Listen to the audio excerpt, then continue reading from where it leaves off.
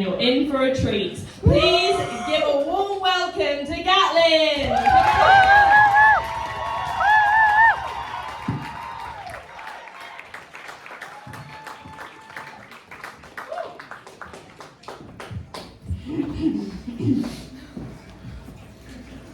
I am a poet. I would like to introduce to you my muse. Let me describe her to you. Aesthetically, she is breathtaking. Psychically, she is silent, aloof, both beautiful and mysterious. Everything a muse should be. She is everything. Behold her.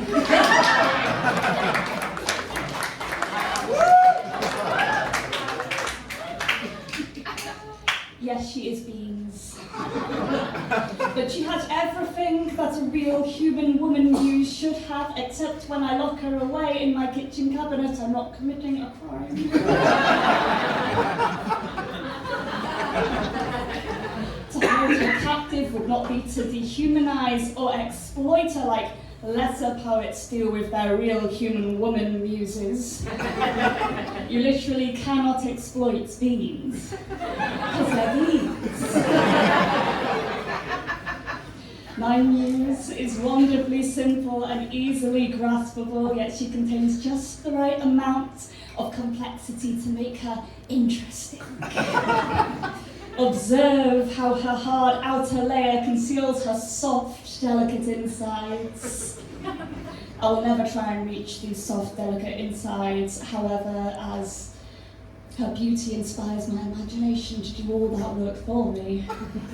Besides, I have been hurt by similar muses before. One time when I was cleaning out an empty can, I cut myself. I bled. I had to change the plaster 3 times.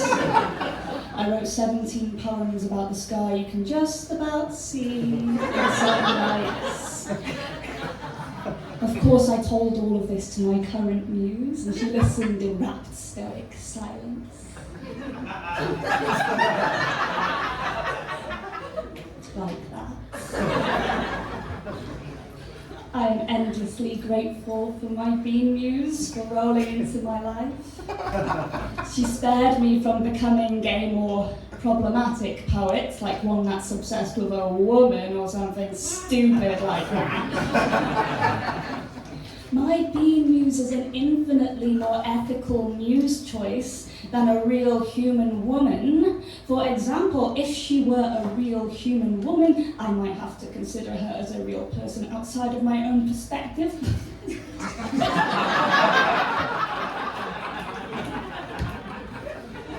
I don't have to ponder the inner complexities of my bean muse, because I know what's inside her without having to look. It's beans. On the label. Besides, if I did try to ponder her inner workings, I'd only make a mess. It's impossible to get the lid off a can without spilling a little bit over the side.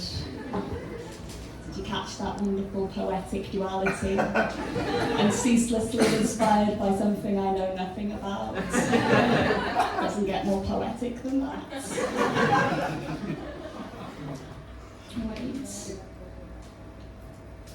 Wait, I have never felt the need to ponder her inner workings, but I have just looked at the label, and I don't understand.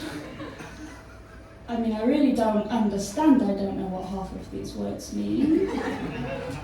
What is a Kabbalah B6. I thought beans were just made of beans, soaking in bean juice, but no, there is more. She's complex. She is so much more complex than me. I mean, I know what I'm made of, guts and blood and raw poetic talent.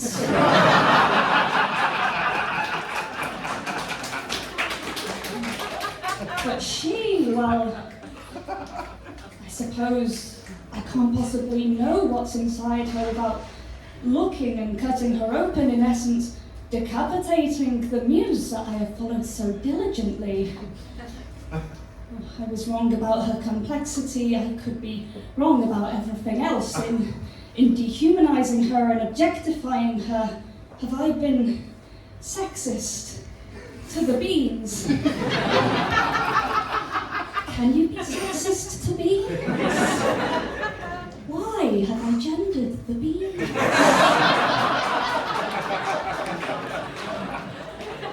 What components would make up a non-binary being?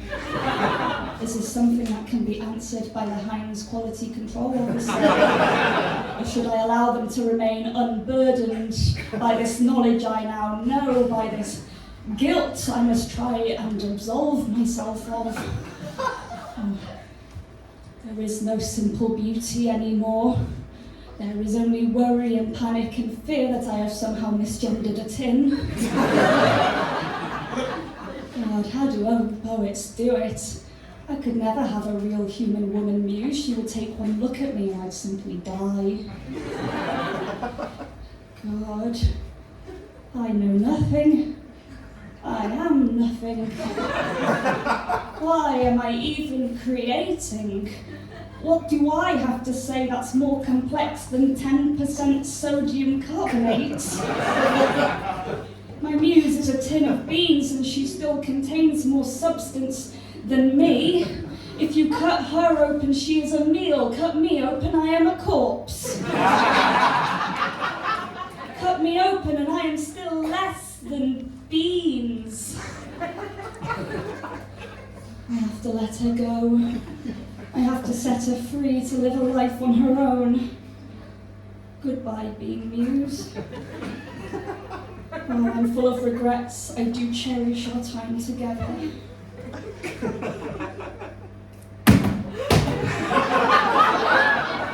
So long, being muse. Go and be the artist I never could be.